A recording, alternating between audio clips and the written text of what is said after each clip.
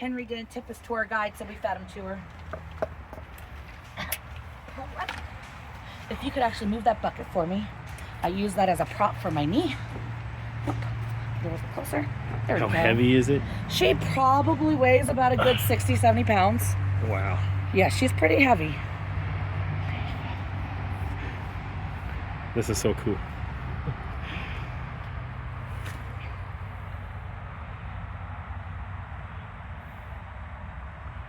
Now all of these on her back, these are called osteoderms, and these are a type of boning that is an armored plating.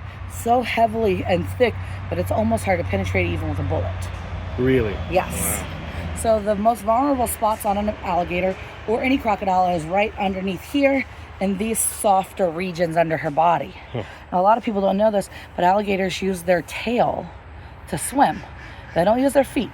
So what happens is when it's time to swim, they'll take these legs, put them back against their tail, and then use their tail for all their power. Yep. They'll also use their tail to whip around. That's a thick tail. Oh, yes. Hard. This is a very, very hard. Yep. Would you like to try to hold her? I want to record and also hold. I'm not sure if I can do it with It's going to be hard to do it one-handed. Yeah. But I can, let's see. I actually don't know how I would do it with you. Can you stop? Excuse me. Excuse me. Baby girl.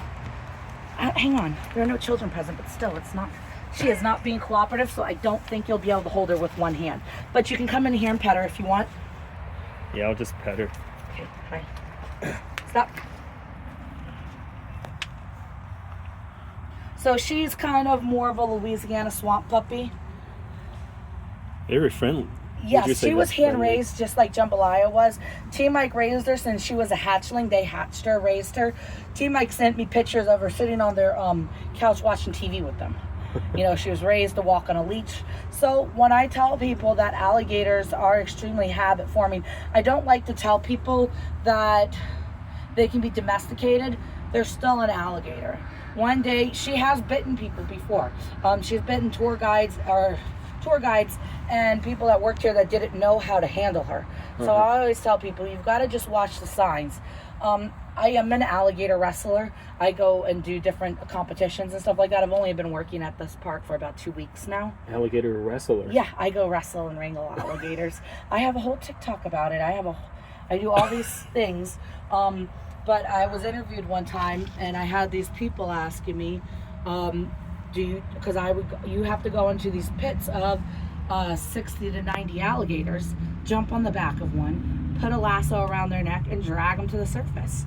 Are their mouth being... Nope, I don't tape their mouths. We go in and grab them as they are. No, the alligators, their mouth are free to open? Yeah. That's insane. Yeah.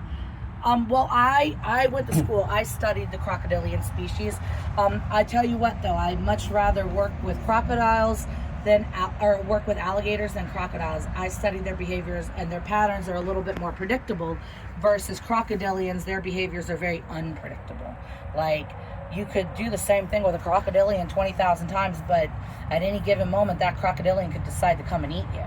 Wow. And the same with her. She could do the same thing, but I can typically know her behaviors and her patterns. You know, she'll posture up, she'll start to hiss, then she'll drop herself really low, and she'll kind of start curving herself just slightly.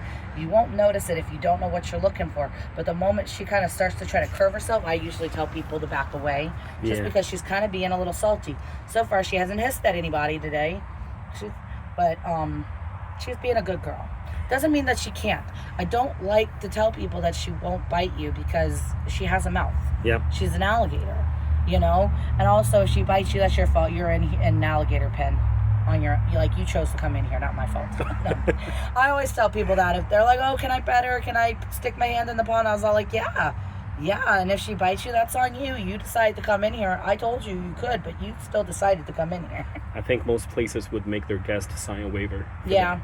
Yeah, legally, yeah. But even then, I used to have a really good lawyer friend that worked with me, and he was like, even after waivers, they could still potentially sue you. So I think she doesn't want to be bothered. Do you think so? She's just okay right now. Like She's actually wants to come over here. She's looking at her thing, so she's gonna come sit in her water for a little bit. Come here, Minnie. You're a good girl. So cool. Yeah, she's gonna climb up here. And she's going to come into her water. She's also posing for a pretty picture for you. Smiling. Now, next stop on our tour is going to be our Morlet's crocodile. Morlet crocodiles are indigenous to East